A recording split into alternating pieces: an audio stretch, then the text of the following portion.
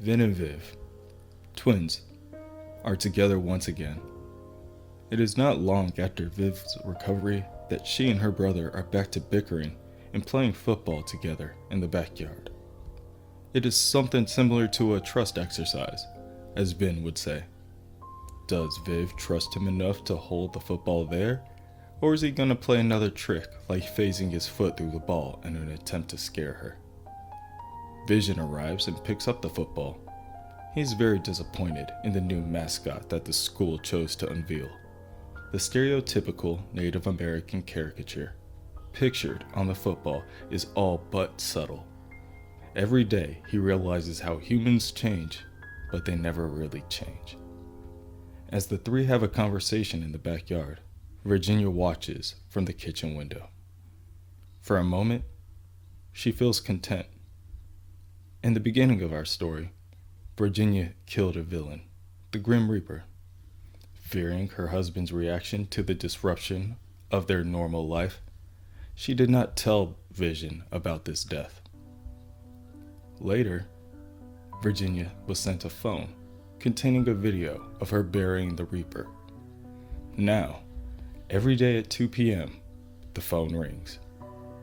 She could ignore it.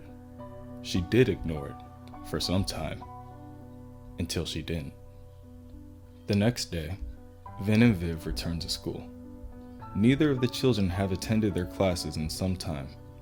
Vivian needed a leave of absence as she recovered from her injuries, and Vin has been suspended ever since he had a small fight with Viv's lab partner, a boy named Chris Kinski.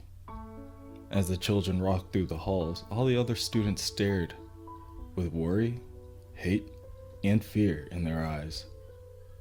And Vin and Viv wondered if they even belonged there. That is, until Chris walked by. As he approached Viv at her locker, he asked her about her brother. Perhaps not out of fear, but out of courtesy. He tells Viv everyone made a big deal out of the fight with her brother, but it wasn't really a big deal at all. His dad called the principal and asked the teachers to split them up as lab partners. But he liked being lab partners with her. He tried to fight it and realized that people don't even try to understand things. For what it's worth, he thinks that she's cool.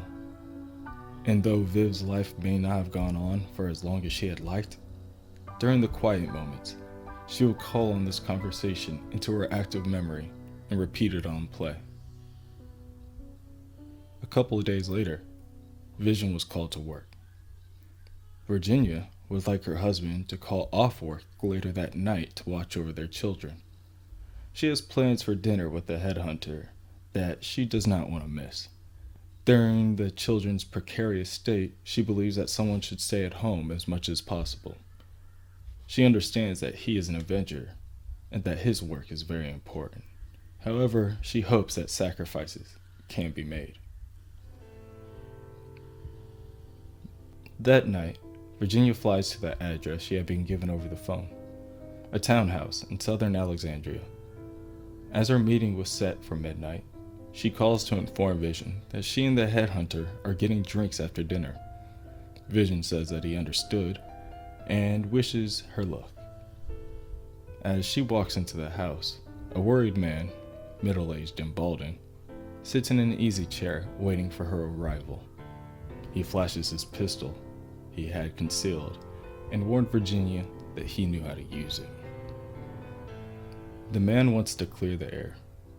He is Chris's father. Originally, he was coming over to introduce himself, but when he knocked on the door, there was no answer. He turned to leave, but heard a commotion around the back. He only recorded what he saw because that's what people do in situations like this, right? He would have never blackmailed her if one of her things didn't hurt his child. Virginia tightens her fist and approaches the man. Chris hears the noise from downstairs and makes his way through the house to check on his father. Still in conversation, Chris's father makes attempts to deal with Virginia. If she picks up everything and leaves the town right now, away from him, away from his kid, away from all these innocent people, he will delete the video and act like this never happened. Virginia rises from the floor and moves even closer to Chris's father. The father, afraid, pulls out a pistol and threatens Virginia. He's retired, but he knows how to use it.